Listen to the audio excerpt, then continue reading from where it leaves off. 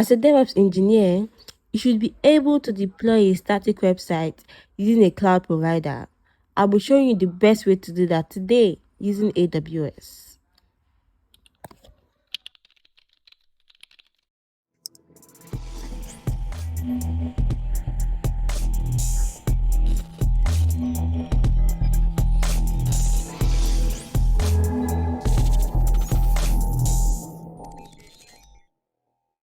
So the first thing you need is an AWS account.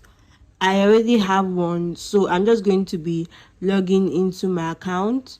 If you do not have one, I'll drop the link in the description box below for you to create one. It's very easy.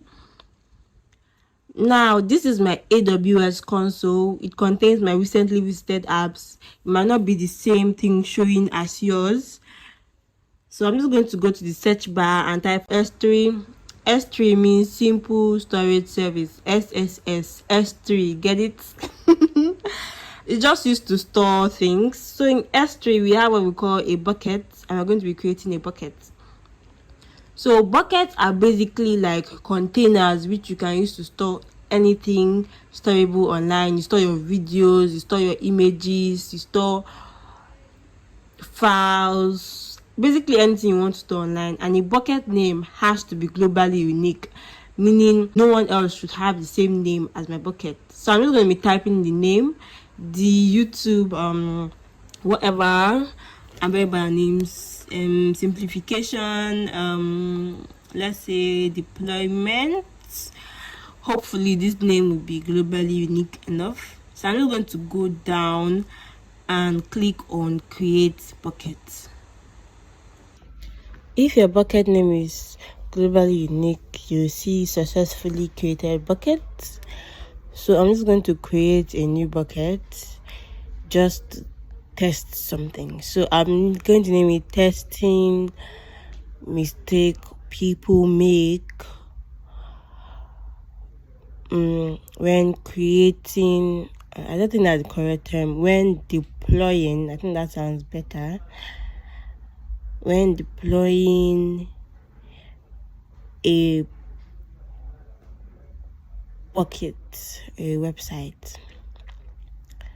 So I'm going to erase this space because we do not need spaces, and I'll go down and just click on create bucket, leaving all the default settings.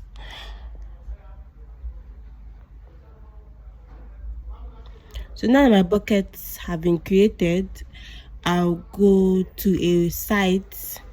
I usually go to download free templates, HTML and CSS templates that I just used to practice. So you can look through it and find the one that is to your liking. And if these ones here are not to your liking, you can click on any one. You can click download, and when you click on download, you can scroll down and see other templates which might be to your liking. So I'm just going to click on this fluid gallery, 500 fluid gallery, because I know it looks kind of nice. Okay, so I'll just go down and click on download, and it gets downloaded as a zip folder.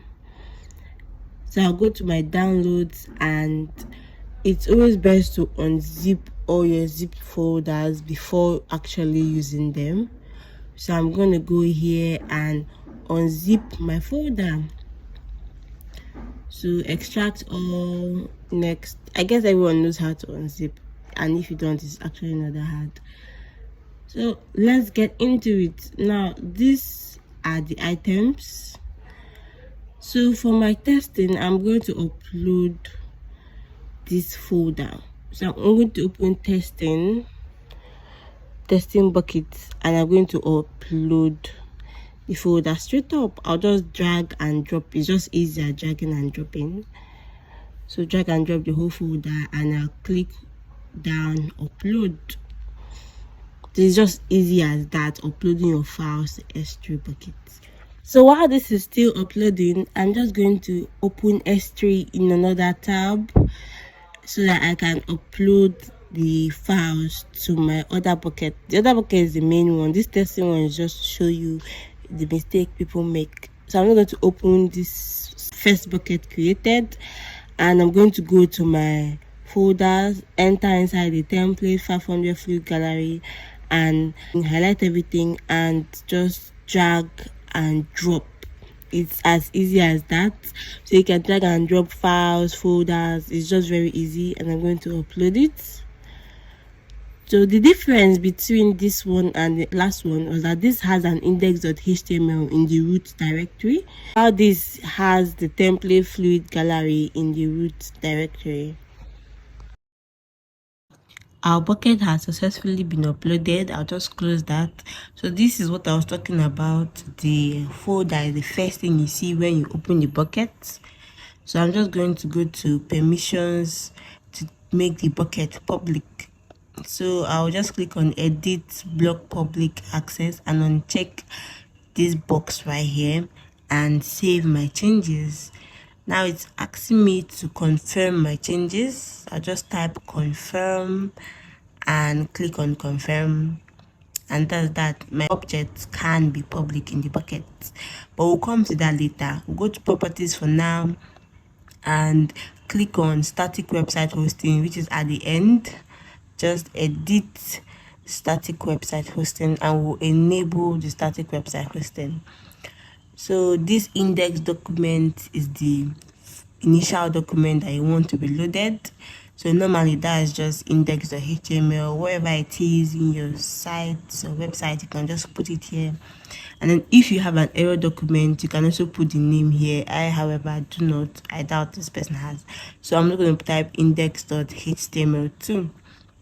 And I'll save my changes.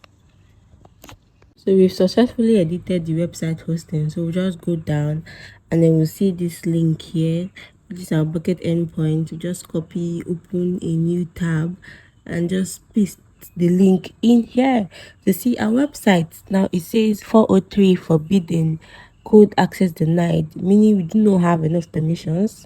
So we are going to go to permissions to make the bucket public so everyone can view it. Now we'll edit the bucket policy, and before we go to policy generator, we'll copy our ARN and then click on policy generator. So the type of policy is definitely an S3 bucket policy.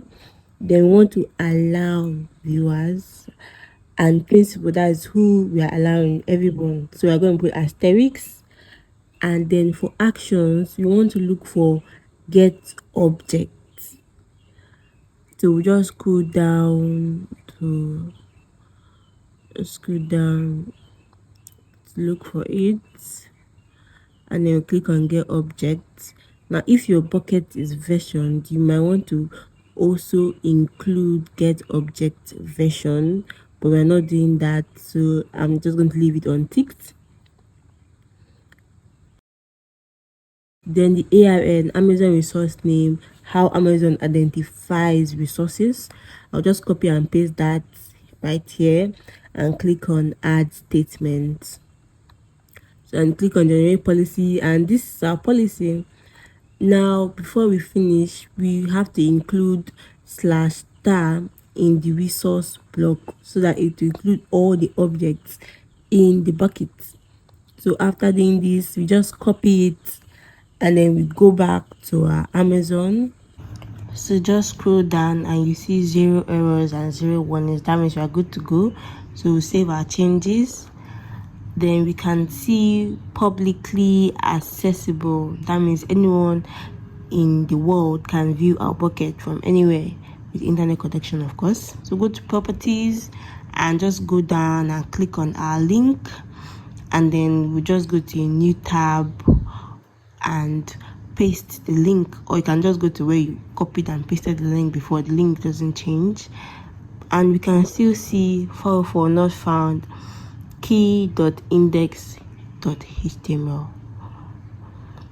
So we'll go to objects and we can see that this is the reason in our root directory we can see the templates, however we can see that, but we can't see the index.html, and the index.html is inside the folder, which is exactly why we are getting that error, because it's supposed to be in the root directory. So we'll go to this YouTube simplification one, and we can see that index.html is in the root folder, so it's among the first things you see when you open it.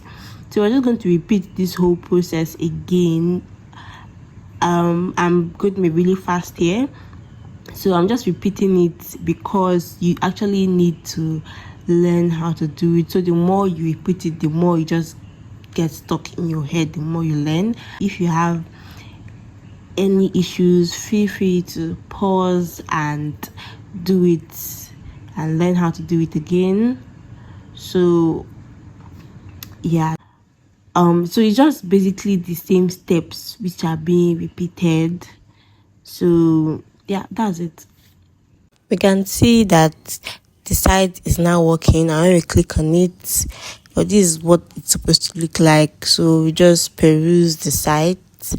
So this is a successfully deployed website. Thank you for watching this video. If you did like it, please like and subscribe, and if you didn't, you better like it.